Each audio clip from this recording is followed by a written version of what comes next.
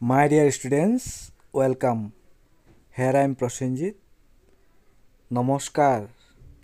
তোমালোকক গণিত পাঠলৈ স্বাগতম জনাইছো আজি এই ভিডিওটোত তৃতীয় শ্ৰেণীৰ গণিত পাঠ্যপুথিৰ পাঠ নং 8 বিয়োগ এই পাঠটোৰ বিয়োগ গণিতসমূহ আমি শিকিবলৈ চেষ্টা কৰো আহা মৰমৰ ছাত্ৰ ছাত্ৰীসকল আজি আমি বিয়োগ কৰিবলৈ শিকো ইয়াত আছে বিয়োগ কৰা 45 ৰ পৰা 23 বিয়োগ কৰিব লাগে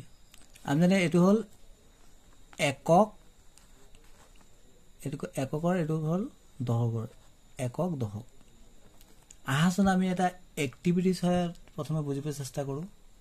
ইয়াত 45 আছে না এককত কিমান আছে 5 তুমি এককত কিমান পাম 5টা এক দিলে 1 2 3 4 5 আৰু দশকত কিমান আছে 4 10 কেটা দিম 4টা 1 2 3 4 4 2 45 মানে 4 2 5 এতিয়া তাৰ পৰা আমি বিয়োগ কৰিব লাগে কিমান 2 2 3 আমি কি কৰিম ইয়াত থকা ইয়াত 5 এক আছে তা 5 ৰ পৰা আমি 3 এক আমি আতৰাই দিব লাগে তো 3 এক আতৰাই 1 গুছি গল 2 গুছি গল 3 গুছি গল এটা কিমান বাকি থাকিলে ইয়াত 2 এক থাকিলে তাৰ মানে ইয়াত কি হ'ব 2 একৰ হত আৰু এতিয়া দশকৰ কিমান আছিল 4 10 আছিল 4 10 আছিল তাৰ পৰা কিমান বিয়োগ কৰিব লাগিব 2 10 তো দুটা 10 আমি আতৰাই দিলো এতিয়া কে 10 আছে দুটা 10 আছে তেনে ইয়াত কি হ'ব 2 তাৰ মানে 45 ৰ পৰা 23 বিয়োগ কৰিলে আমি কিমান পাম 22 এতিয়া আমি আৰু এটা উদাহৰণ লৈছো 165 ৰ পৰা 32 বিয়োগ কৰিব লাগে 165 ত কেটা অংক আছে তিনিটা তাৰ মানে এটো হল একক এটো হল দশক এটো হল শতক তাৰ মানে 165 মানে 1 শত 6 10 5 32 বিয়োগ কৰিব লাগে মানে 3 10 2 এতিয়া আমি 165 তে লিখি লৈছো ইয়াৰ এককত কিমান আছে 5টা 1 2 3 4 5টা আর 10 কেটা 6 10 1 2 3 4 5 6 6 10 আৰু 1 শত লিখিলে এতিয়া আমি কি কৰিব লাগিব তাৰ পৰা 32 মানে প্ৰথমে আমি এককৰ ঘৰটো চাও 5 এককৰ পৰা আমি 2 1 কি কৰিব লাগিব অতৰাই দিব লাগিব মানে কমাই দিব লাগিব 2 এক কমাই দিলে এটা কিমান এক থাকিলে 1 2 3 তেতিয়ালে ইয়াত কিমান হ'ব 3 এতিয়া 6 10 6 আছিল 6 10 ৰ পৰা 3 টো কমাই দিব লাগে অতৰাই দিব লাগে 3 টো কমাই দিলো 1 2 3 এটা কিমান 10 আছে 1 2 3 3 টো লিখি দিলো এতিয়া 1 শত আছিল তাৰ পৰা তাক একো নাই কমাব লাগে নাই 1 শত থাকি যাব তাৰ মানে 165 ৰ পৰা 32 বিয়োগ কৰিলে আমি কিমান পাম 133 এতিয়া হা ইয়াত দিছিলে ফুলৰ নাম মুঠ সংখ্যা বা জোপা ৰুবলৈ বাকি থকা জোপা ইয়াত ৰোৱা পুলিৰ সংখ্যা জোপা তাৰ মানে 154 জোপা আছিল তাৰ পৰা 43 জোপাটো ৰুবলৈ বাকি থাকি গল এতিয়া ৰোৱা পুলিৰ সংখ্যা কিমান এটো পৰা বিয়োগ কৰিব লাগিব আহাসন এই বিয়োগবোৰ কৰো এতিয়া প্ৰথমে এটো কৰো ইয়াত হল এটো হল একক এটো হল দশক এটো হল শতক তো প্ৰথমে আমি এককৰ পিনে যাব লাগিব ইয়াত কিমান 4 এক আছে 4 একৰ পৰা 3 এক গলে কিমান হ'ব 1 হ'ব না হেদৰে 5 10 আছে 5 ৰ পৰা 4 10 কিমান গলে কিমান হ'ব 1 10 হ'ব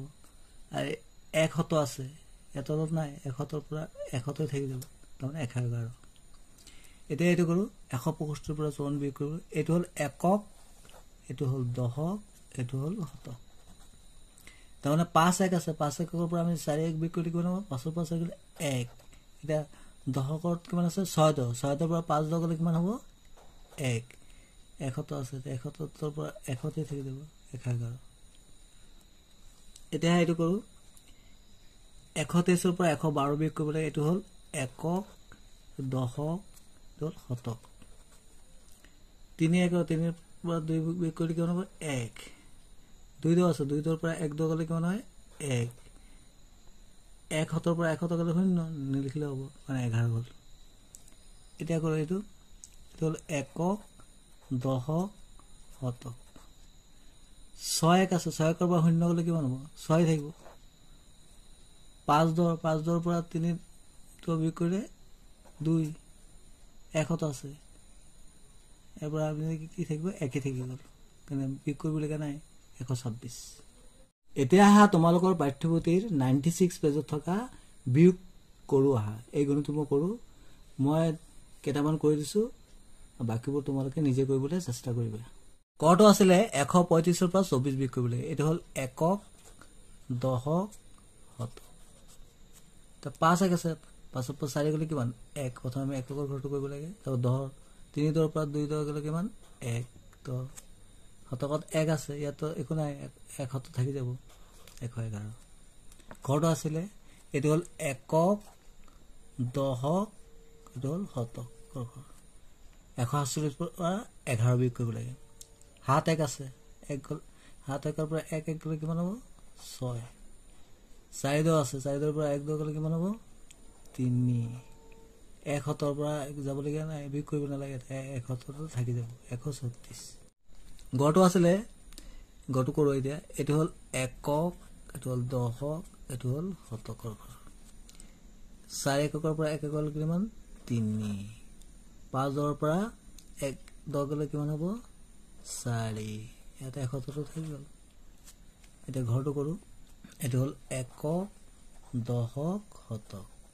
প্ৰথমে আমি এককৰ পৰা কৰিব লাগে 6 একৰ পৰা 2 গলে কিমান হ'ব 6 পৰা 2 গলে 4 এটা দহত কি আছে দহকত কি আছে 6 10 6 10 পৰা 2 10 গলে কিমান হ'ব 4 100 থাকি যাব কাৰণ আমি বিয়োগ কৰিব লগা নাই অংগ ইয়াত এটো হল একক দশক শতক তো 2 2 ৰ পৰা 2 একৰ পৰা 0 গলে কিমান হ'ব তো 2 থাকি যাব হাত 10 পৰা 6 10 গলে কিমান হ'ব 1 1 পৰা যাব লগা নাই বিয়োগ কৰিব লাগে 1 থাকি গল 112 Thanks for watching. Stay connected. Thank you so much.